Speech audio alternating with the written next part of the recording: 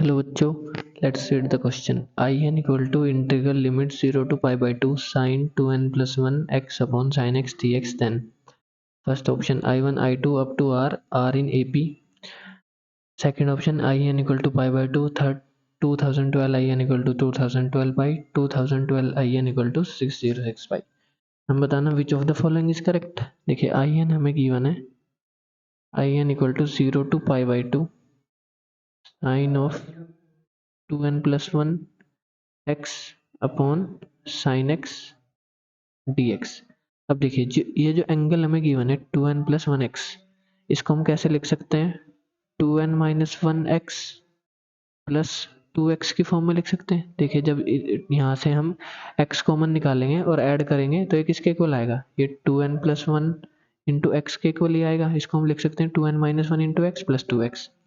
और फिर हम साइन ए प्लस साइन बी का फॉर्मूला यूज कर सकते हैं। 0 to पाई बाई 2, इसकी जगह हम पुट करेंगे sine of 2n minus 1 into x plus 2x। तो देखिए इस एंगल को हम a एज्यूम कर सकते हैं फॉर द टाइम बिंग, इसको b। तो साइन a प्लस बी का फॉर्मूला हम यूज कर सकते हैं।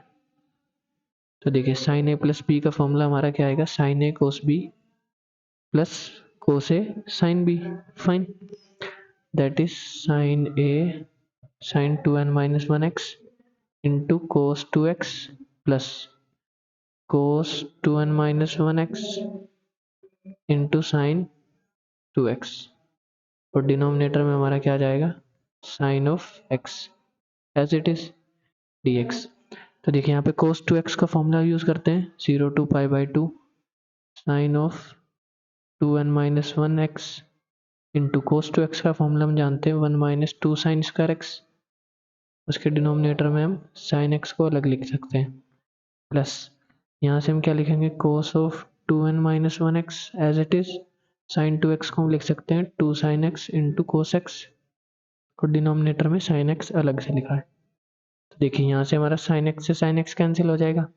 और अगर आप ध्यान से देखिए ये इतनी वैल्यू इंटीग्रल, सॉरी इसको एक बार अलग से लिख लेते हैं, 0 to पाई बाई 2। हम इसकी वैल्यू पहले एक बार 1 के साथ करेंगे, अगली बार इसके साथ। तो जब 1 के साथ करेंगे तो ये वैल्यू आएगी sine 2n minus 1 into x upon sine x dx। Simply हमने इंटीग्रल को स्प्लिट किया है। फिर इसको लिख सकते हैं plus integral 0 to pi by 2।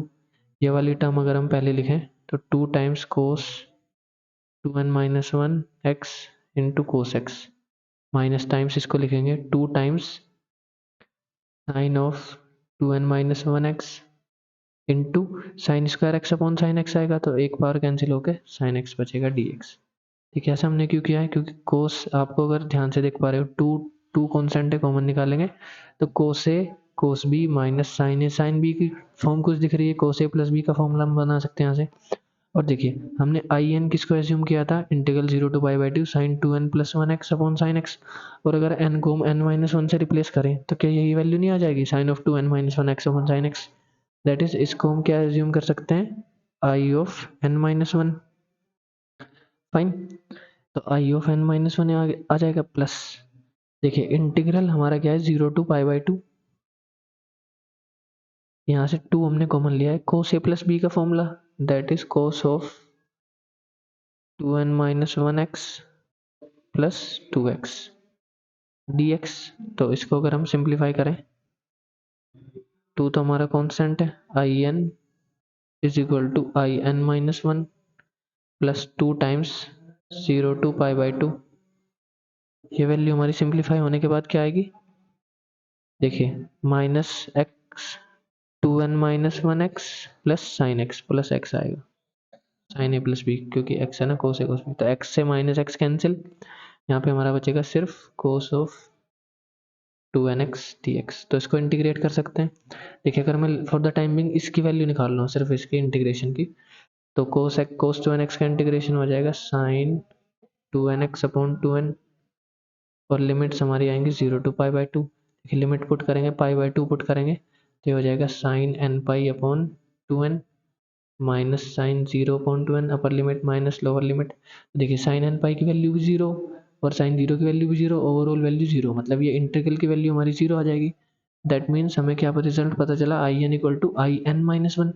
देखिए जब आई एन हमारा आई एन माइनस वन के इक्वल है और एन को हम एन माइनस वन से रिप्लेस करें तो आई एन माइनस वन हमारा किसके इक्वल आएगा, आई एन माइनस टू के। Similarly I N minus two किसके इक्वल आएगा, आई एन माइनस थ्री के। ऐसे ही चेन चलती जाएगी हमारी लास्ट तक, ये सारी वैल्यू इक्वल आएंगी, I N minus one, I N minus two, I N minus three equal to up to so on, ये किसके इक्वल आ जाएगा, आई वन के। और आई वन हम सिंपली एन को वन पुट करके सिंप्लीफाई कर सकते हैं। देखिए एन को अगर मैं यहाँ पे वन पुट करूँ तो ये वैल्यू थ्री आ जाएगी, ये आई जीरो तक लेके जाते हैं, लेट्स से आई जीरो इसके भी इक्वल होगा, तो एन को जीरो पुट करेंगे सिंपली। देखिए एन को जीरो पुट करेंगे तो यहाँ से हमारा क्या आएगा, sine X upon sine X, that is one ही बचेगा। तो वन को इंटीग्रेट कर सकते हैं zero to pi by two integral में, तो ये वैल्यू किसके इक्वल आएगी, पाई बाई टू के। मतलब सारी वैल्यूज हमारी इक्वल आ रही हैं और किसके इक्वल आ रही हैं, पाई बाई टू के। दैट इज आई एन भी हमारा क्या होगा, पाई बाई टू होगा। फाइन।